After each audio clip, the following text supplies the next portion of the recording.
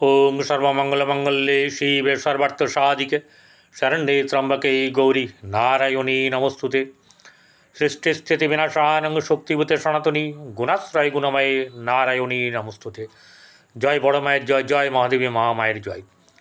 प्रत्येकेर जीवन सुंदर और आनंदमय होक, प्रत्येकेर सुखे खुशिते शांतिते एवं दूधे पाते थाकुन श्री श्री पद्मावती मा एवं बड़ मायेर निकट এই প্রার্থনা করি। আপনারা দেখছেন জ্যোতিষ আচার্য পরিতোষদের এই জ্যোতিষ চ্যানেল, যেখানে শুধুমাত্র গোচর সম্পর্কে আলোচনা বা আপনার এখানে যে সমস্ত গ্রহ পরিবর্তন হচ্ছে, রাশি পরিবর্তন করছে, অথবা বক্রতা ছাড়ছে বা বক্রি হচ্ছে ইত্যাদি সকল পরিবর্তন সাপেক্ষে এখানে গোচর ফল বলা হয়। এই গোচর ফল হচ্ছে গিয়ে আগামভাবে বলা হয়ে থাকে, যা কিনা আগামীতে ঘটবে, এবং বলা হয় এখানে বর্তমান সময়ে যে যে গ্রহ রাশিচক্রে যে যেভাবে অবস্থান করছে রাশি সাপেক্ষে সেই সেই গ্রহের ফলাফল বলা হয়। যেমন আজকে হচ্ছে কুম্ভ রাশি। এই কুম্ভ রাশি জাতক জাতিকাদের মেন গ্রহ এনাদের সেটা হচ্ছে যে শনি, মানে রাশিপতি হিসাবে বলছি, লগ্নপতি রাশিপতি শনি। সেই শনি কিভাবে অবস্থান করছে, আর হচ্ছে গিয়ে মঙ্গল। শনি হচ্ছে এখানে দ্বাদশপতি এবং রাশিপতি, বসে আছে দ্বিতীয়। আর মঙ্গল হচ্ছে তৃতীয়পতি এবং কর্মপতি, পরাক্রমের প্রতি, সাহসের প্রতি এবং কর্মের প্রতি। এই মঙ্গল বসে আছে অষ্টম ভাবে। তাহলে আমরা দেখব যে অষ্টম ভাব এখানে মারকের ফল কতটা দেবে, অথবা কম দেবে বা অন্যরকম কিছু ফল দেবে। আসছি, দেখতে থাকুন ভিডিওটি। যারা সাবস্ক্রাইব করেননি তারা সাবস্ক্রাইব করবেন, পাশে থাকে বেল আইকনে ক্লিক করে অল বাটনে প্রেস করবেন। আর যারা দেখাতে চান তাদেরকে বলছি ভালো ভালো জায়গাতে এই সময় দেখিয়ে নেবেন। সামনের সময় খারাপ, আমি আমার কাছে বলছি না। আমি একটা কথাই বলবো, যারা ভালো ভালো স্বনাম ধন্য জ্যোতিষ, বিখ্যাত জ্যোতিষ আছে, তাদের কাছে গিয়ে আপনার যদি মনে হয়, পছন্দ হয়, আপনি তাদের কাছে গিয়ে পরামর্শ নেবেন। আমি চাই একটাই জিনিস আপনার কাছ থেকে, সেটা হচ্ছে যে আপনি ভালো থাকবেন। এটুকু আমার আপনার প্রতি যেমন বলা, তেমনি ঈশ্বরের কাছেও আমার এটা প্রার্থনা। কেউ কোনো কিছু নিতে পারবে না, কেউ কোনো কিছু করতে পারবে না। যা করেন ঈশ্বর করেন, আমাদেরকে কর্ম করতে হবে। কর্মই হচ্ছে গিয়ে ধর্ম। যে কর্মটা মেনে চলে এই কুম্ভ রাশি, কুম্ভ রাশি জাতক জাতিকাদের যেমনি হনুমানজির আশীর্বাদ রয়েছে, তেমনি শ্রী শ্রী দক্ষিণা কালী মায়ের আশীর্বাদ রয়েছে, যাকে বড় মা বলা হয়। অর্থাৎ যেই কালী মা যেখানেই থাকুন, তার যার নামই হোক, তিনি বড় মাই এবং বড় মা। তিনি কোনো একটা জায়গার নন, বড় মা বড় মা। বোঝাতে পারলাম? এবারে আরেকটা কথা, সেটা হচ্ছে গিয়ে এই আপনাদের এই কুম্ভ রাশির জাতক জাতিকারা সত্যি সত্যি তাদের যে ভালোবাসা সেটা বহুবার পেয়েছি, তার জন্যে সামনে বলতে আমার কোনো দ্বিধাবোধ হয় না। সামনেই বলছি, ভালোই বলছি। এই রাশির কুম্ভ রাশি জাতক জাতিকারা আমাকে বহু কিছু দিয়েছেন, এবং আমার সর্বদাই চেষ্টা থাকে যা এখানে দেখা যাবে জ্যোতিষমতে যেটা বলা যায় সেটাই আমি বলবো। কোনো বাড়িয়ে নয়, কোনো কমিয়ে নাও, কাউকে কিছু আমি বলে বড়লোক করতে পারবো না। যাই হোক, চলুন। কুম্ভ রাশির জাতক জাতিকাদের প্রথমেই বললাম যে এই রাশির জাতক জাতিকারা বেশ কর্মঠ হয়, মানুষকে ভালোবাসে। তবে সময় তো মানুষকে অনেক সময় পরিবর্তন করে দেয়। যদি বলার কথা নয় তবু বলছি, রাশিতে এখন রাহু বসে আছে, যদিও বৃহস্পতির দৃষ্টি আছে, ঠিক আছে। মেন আমাদের বক্তব্য হচ্ছে যে স্যাটার্ন অ্যান্ড মার্স অর্থাৎ শনি এবং মঙ্গলের সংসপ্তক যোগ। এই সংসপ্তক যোগ আমি মেষ থেকে আরম্ভ করে মেষ, বৃষ, মিথুন, কর্কট, সিংহ, কন্যা, তুলা, বৃশ্চিক, ধনু, মকর গতকাল অবধি বলেছি। যারা দেখেননি তারা দেখে নেবেন। আপনাদের যদি বাড়ির কেউ থাকে বলবেন দেখতে। ভালো লাগলে লাইক করবেন, শেয়ার করবেন। কুম্ভ রাশি, রাশিদের মধ্যে আমার কাছে 2-3টি রাশি হচ্ছে শ্রেষ্ঠ রাশি। সবাই ভালো, কোনোটা এক একটা বিশেষ বিশেষ জায়গা আছে, কিন্তু কেন ভালো তার বর্ণনা দিতে তো হবে। কারণ এটা হচ্ছে যে শনির ঘর। মকর থেকে কুম্ভের শনি হচ্ছে সবচেয়ে বলবান এবং ঈশ্বরের আশীর্বাদ প্রাপ্ত। এবারে আরও একটা ব্যাপার যেগুলোকে না বললে নয়, শনি হচ্ছে কর্মের কারক গ্রহ। যা কর্ম করি আমরা, ঠিক আছে, সব কিন্তু করান হচ্ছে শনিদেব। এই শনিদেব একটা কথাই বলেন যে তোমরা যে গরিব তাকে তুচ্ছ-তাচ্ছিল্য করো না। রাস্তার ঝাড়ুদার হোক, ম্যাথর হোক, বা আপনার বাড়ির কাজের লোক হোক, ময়লা পরিষ্কারের লোক, যেরকম জমাদার যাই হোক, দারোয়ান হোক, এদেরকে কখনো অবহেলা করো না। না রিক্সাওয়ালা, ভ্যানওয়ালা, এরকম ধরনের কাউকে অবহেলা করতে নেই। তাতে শনি কী হন? তুষ্ট হন না, বরং ক্রোধিত হন। তিনি মাকে পছন্দ করেন, মাকে বেশ ভালোবাসেন, একদম মা অন্তঃপ্রাণ। তাই শনিদেব যা যা করে সেই জিনিসগুলো যদি আপনি আপনার জীবনে করতে থাকেন, ভালো ভালো জিনিসগুলো, সেগুলো কিন্তু আপনার বেশ ভালো হবে। এই শনি রাশিপতি, দ্বাদশপতি হিসাব হচ্ছে ব্যয় ভাব, যা ব্যয় করায়, অর্থাৎ আয় যা হবে ব্যয় করাবে, অর্থাৎ জমে যা থাকবে তাও ব্যয় করায়। এই ব্যয় একটা এমন জিনিস। তাই শনি এই মকরে ততটা শুভ নয়, এবং কুম্ভের ক্ষেত্রেও কিন্তু দ্বাদশপতি, ব্যয়পতি, সে বসে আছে দ্বিতীয়। তাহলে দ্বিতীয়ের জায়গা থেকে একটা জিনিস বোঝা যাবে যে আপনার এই দ্বিতীয়ের জায়গা থেকে যেটা বোঝা যাবে সেটা হচ্ছে গিয়ে দ্বিতীয় ধনভাব, রাশি বা লগ্ন হচ্ছে গিয়ে আসল ব্যাপার, আর দ্বাদশ মানে ব্যয়। এই ব্যয় ভাবের যে ব্যাপার সেটা কিন্তু ভোগাবে, কারণ দ্বিতীয় বসে আছে।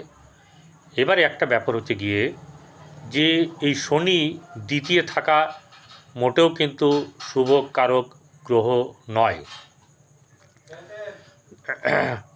দ্বিতীয় কিন্তু শুভকারক গ্রহ নয়। এবারে যেটা হচ্ছে গিয়ে এই শুভকারক গ্রহ নয় এই কারণেই, কারণ শনি তৃতীয়, ষষ্ঠ, দশম, একাদশ এই 4টে জায়গাতে শুভ ফল প্রদান করে, এছাড়া কিন্তু শুভ ফল প্রদান করে না। কিন্তু এবার শনি কি করছে? শনি দ্বিতীয় থাকলে কি করেন? শনি দ্বিতীয় থাকলে যেগুলো করেন সেটা হচ্ছে যে জাত ব্যক্তি অসাধু প্রকৃতির এবং নানা রকম ধরনের অশুভ যা হীন কাজ সেই সব করায়, ধন নষ্ট করায়, মানসিকতাকে নষ্ট করায়। এটা একটা স্বাভাবিক ব্যাপার। কিন্তু আপনার চমৎকার চিন্তামণি গ্রন্থে বলছে যে যদি দ্বিতীয়ভাবে থাকে তাহলে জাতক ধনবান এবং আত্মীয় স্বজন প্রিয় হয়ে থাকে, ঠিক আছে। এইবারে এই আত্মীয় স্বজন প্রিয় হওয়ার কারণের জন্যে কী হয়, অনেক সময়তে দেখা যায়, অন্য গ্রন্থ আছে, তার নিজের সুখের জন্যে সে আত্মীয় স্বজনের থেকে অনেক দূরে থাকার চেষ্টা করেন, ঠিক আছে। এই ব্যাপারগুলো যেমনি থাকে তেমনি দ্বিতীয় ভাব শনির জন্য কিন্তু শুভ কারক নয়।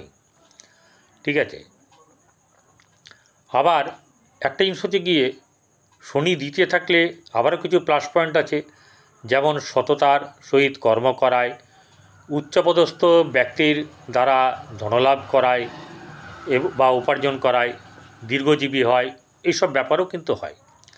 এবারে ব্যাপার হচ্ছে আমি দুরকম কিন্তু কথা বললাম।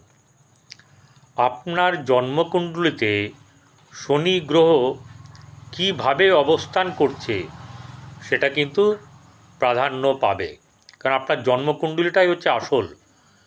তারপর হচ্ছে মহাদশা অন্তর্দশা এবং নেক্সট হচ্ছে গিয়ে এই গোচর ফল। তাহলে নির্ভর করছে শনি যদি আপনার জন্মকুণ্ডলিতে ভালো থাকে তাহলে কিন্তু শুভ ফল প্রদান করবে।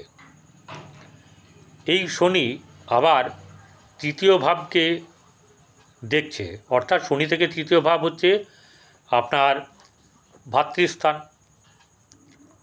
তাহলে ভাতৃস্থানের জায়গাতে, পরাক্রমের জায়গাতে কিন্তু আপনার উদ্যোগ, আপনার জীবনে উদ্যোগী আপনি হবেন, পরিশ্রমী হবেন, কর্মের কর্ম করবেন, কর্ম করতে ভালোবাসবেন, কর্মের প্রচেষ্টা থাকবে, এরকম ব্যাপার থাকবে।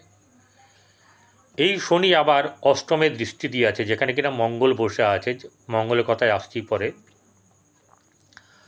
তাহলে অষ্টমে দৃষ্টি দিয়ে আছে, অষ্টমে দৃষ্টি দেওয়াটা শনির জন্যে কিন্তু শনি কিন্তু শুভকারক গ্রহ নয়, মানে তার দৃষ্টিটা মোটেও শুভ নয়। তাই এখানে কিন্তু কিছু বিপদ আসার সম্ভাবনা আছে। পরিষ্কার বলছি, অসৎ উপায়, চোট লাগা, নানা রকম ধরনের অসুবিধার সম্মুখীন হওয়া, সমস্যায় পড়া, এইসব ব্যাপারগুলো ঘটবে।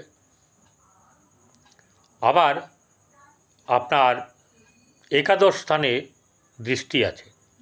একাদশ হচ্ছে লাভ, আয়, সাফল্য, লিকুইড মানি, এসব জায়গাতেও কিন্তু আপনার দৃষ্টি আছে, শনির দৃষ্টি। তাহলে সেই জায়গা থেকেও কিন্তু সহসা প্রাপ্তি, লাভ, এগুলো কিন্তু আছে। এবারে চলে আসবো মঙ্গল। মঙ্গল হচ্ছে তৃতীয় ভাবের কারক, আগে বলেছি, সাহস, পরাক্রম, ভাতৃ ভাবের কারক গ্রহ, পরাক্রমশালী সৈনিক গ্রহ। আর দশম হচ্ছে গিয়ে কর্মস্থান, এখানে আপনার কর্মাধিপতি হচ্ছে মঙ্গল। সেই মঙ্গল দৃষ্টি দিয়ে আছে কোথায়? দৃষ্টি দিয়ে আছে আপনার একাদশভাবে, লাভ স্থানে, আয় স্থানে, লিকুইড মানি, সাফল্যের জায়গায়। আবার দৃষ্টি দিয়ে আছে সপ্তমে শনিকে এবং অষ্টমে। অষ্টম হচ্ছে মঙ্গলের নিজের ঘর। ঠিক আছে, তাহলে এখানে মঙ্গল কি করবে? মঙ্গল অষ্টমে বসে থাকা মানে হচ্ছে গিয়ে অশুভ কারক। হঠাৎ করে রক্তপাত হওয়া, অ্যাক্সিডেন্ট, এরকম ধরনের কোনো কিছু হওয়ার সম্ভাবনা কিন্তু আছে। কিন্তু কাদের আছে?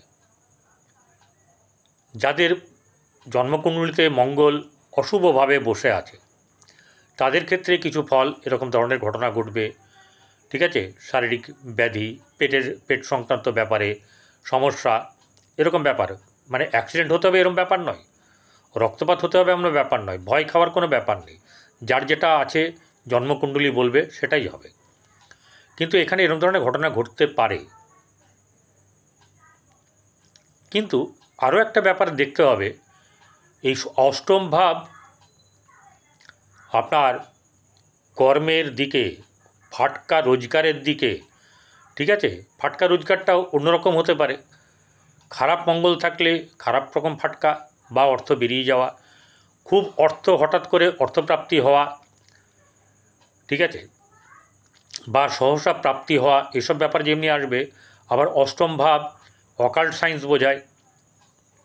এখানে তিনটি নক্ষত্র আছে, এখানে তিনটি নক্ষত্র আছে। তিনটে নক্ষত্র কি?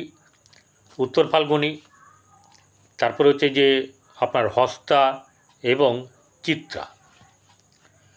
তো এখানে এই মঙ্গল যখন পরপর পেরোবে, আর শনির তো দৃষ্টি আছে ঠিক আছে, মঙ্গল যখন রবির নক্ষত্রে থাকবে তার কর্ম পাওয়ার চেষ্টা, পরিশ্রম করে সততার দ্বারা অর্থ রোজগার করা, ভালো জায়গাতে কর্ম করা বা যেখানে কর্ম করছেন ভালোভাবে কর্ম করা, এইসব ব্যাপারগুলো ঘটবে।